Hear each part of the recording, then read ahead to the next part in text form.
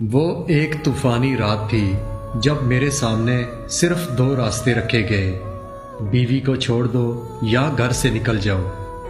میں نے اپنے فالج زدہ والد کی طرف دیکھا جن کی آنکھیں بے بسی کے آنسوؤں سے تر تھیں، مگر اپنے بیٹے کے حوصلے پر فخر تھا۔ ان کے چمکتے چہرے اور آنکھوں کی چمک مجھے بتا رہی تھی کہ مرد بن کر جیو، اور مرد اپنی شریک حیات کو اکیلا نہیں چھوڑتا۔ میری بیوی ایک کونے میں سہمی ہوئی کھڑی تھی اور میری طرف دیکھ رہی تھی۔ میں نے ایک نظر سب پر ڈالی، اپنی بیوی کا ہاتھ پکڑا اور گھر سے نکل آیا۔ میری جیب میں صرف 500 روپے تھے، مگر حوصلہ پہاڑ سے بھی بلند تھا۔ یہ حوصلہ اس رات مجھ میں کہاں سے آ گیا میں نہیں جانتا، مگر اتنا جانتا ہوں کہ اس رات میں دنیا کی ہر طاقت سے ٹکرا سکتا تھا۔ میری بیوی مجھے ایک حادثے میں ملی۔ شادی کی رات پہلی بار اسے دیکھا۔ شادی کیا تھی؟ جرگے کا ایک فیصلہ تھا جو دو خاندانوں کے بیچ دشمنی کو صلح میں بدلنے کے لیے دیا گیا تھا۔ میری بیوی کے بھائی اور چچا نے میرے بھائی کو قتل کر دیا تھا۔ وہ تو جیل چلا گیا، مگر دشمنی دونوں طرف بن گئی تھی۔ آئے روز ایک دوسرے پر گھات لگا کر فائرنگ کرنا، دونوں طرف زندگی اجیرن تھی۔ جرگے نے دونوں خاندانوں کے بیچ فیصلہ دیا کہ قاتل کے گھر کی لڑکی مقتول کے گھر کے کسی لڑکے سے بیاہ دی جائے، اور قرہ میرے نام نکلا کیونکہ میں سب سے چھوٹا تھا۔ 3rd ایئر کا اسٹوڈنٹ تھا۔ میرے پاس انکار کرنے کی یا احتجاج کرنے کی کوئی گنجائش نہ تھی۔ دھیمے لہجے میں احتجاج کیا بھی، مگر مجھے سب ایسے دیکھ رہے تھے جیسے میں دنیا کا سب سے بڑا بے غیرت انسان ہوں۔ گھر میں خوشیاں بنائی جا رہی تھی کہ دشمن کو منہ کی کھانی پڑ رہی ہے، ان کی عورت ہمارے گھر آئے گی۔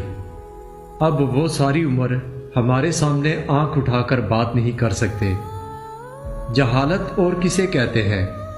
غیرت کے نام پر قتل کرتے ہیں اور صلح کے نام پر عورتوں کو بھیڑ بکریوں کی طرح انا کی بھینٹ چڑھا دیتے ہیں۔ نکاح ہوا اور مجھے اس کے کمرے میں بھیج دیا گیا۔ سادہ سے لباس میں میری بیوی چارپائی پر خود کو چادر سے پوری طرح ڈھانپ کر بیٹھی تھی۔ عجیب سی کیفیت ہو رہی تھی۔ نکاح کیسے ہوا؟ مولوی نے کیا کہا؟ میں نے کیا جواب دیا؟ کچھ بھی تو یاد نہیں۔ دل بجھا بجھا سا تھا، کوئی خوشی، کوئی امنگ، کوئی جذبہ کچھ بھی موجود نہیں تھا۔ اب بیڈ پر بیٹھی بیوی کو دیکھ کر مزید وحشت ہو رہی تھی۔ میں ایک تجسس لیے اس کے بیڈ پر ایک کونے پر بیٹھ گیا۔ میں نے پوچھا، کیا نام ہے تمہارا؟ اور اچانک اس نے چادر ہٹا کر میری طرف دیکھا۔ اس کے دونوں ہاتھ جڑے ہوئے تھے، چہرہ آنسوؤں سے پورا تر تھا۔ وہ ڈرے ہوئے لہجے میں کچھ بول رہی تھی، مجھے مت مارو، میں نے کچھ نہیں کیا۔ وہ معصوم سی لڑکی میرے سامنے بیٹھی رو رہی تھی، پتہ نہیں کتنا روئی ہوگی۔ آواز بھی اس کا ساتھ نہیں دے رہی تھی۔ میرے دل پر ایک تیر سا لگا، دکھ درد کی ایک لہر پورے بدن میں پھیل گئی۔ اسی وقت اپنے رسم و رواج سے سخت نفرت پیدا ہو گئی۔ میں جو کبھی فخر کرتا تھا اپنے پورے خاندان سے گن آنے لگی۔ میرے سامنے کوئی بھیڑ بکری نہیں، ایک جیتا جاگتا انسان تھا۔ اس کی بھی کوئی خواہشات ہوگی، زندگی سے اس نے بہت کچھ مانگا ہوگا۔ وہ پوری طرح کانپ رہی تھی، خوف اور دہشت سے اس کے ہونٹ بالکل سفید ہو رہے تھے۔ میں اٹھا، گلاس پانی جو کہ ٹیبل پر پڑا تھا لا کر دیا، اور وہ ایک ہی سانس میں چڑھا گئی۔ تم کیوں ایسا سمجھ رہی ہو کہ میں تمہیں ماروں گا؟ کیا میں تمہیں ایسا لگتا ہوں؟ اس نے سر کو ذرا سا دائیں بائیں ہلایا، مگر وہ بولی کچھ نہیں، بس ڈری سہمی ہوئی ہرنی کی طرح میری طرف دیکھ رہی تھی۔ وہ جو رحم اور ہمدردی کے جذبات تھے اچانک پیار میں بدل گئے۔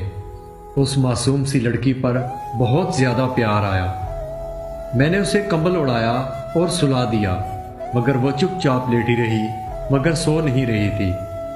مجھے سمجھ نہیں آ رہی تھی کیسے اس کا ڈر ختم کروں۔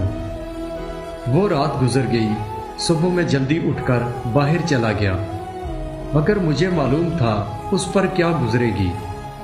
پہلی بار میں سارا دن گھر سے باہر رہا، کسی چیز میں دل نہیں لگ رہا تھا۔ مجھے بس اس معصوم سی لڑکی کا خیال آتا تھا کہ پتہ نہیں اس پر دن بھر کیا بیت رہی ہوگی۔ رات کو گھر آیا تو اسے کچن میں برتن مانجتے ہوئے پایا۔ میں خاموشی سے اپنے کمرے میں چلا گیا۔ رات وہ آئی تو اسے دیکھ کر دل پگھل گیا۔ ایک دن میں مرجھا چکی تھی۔ اس رات اس سے بہت باتیں کی، بہت معصوم تھی، بہت تسلیاں دی، بہت سمجھایا، دن بھر کا حال پوچھا۔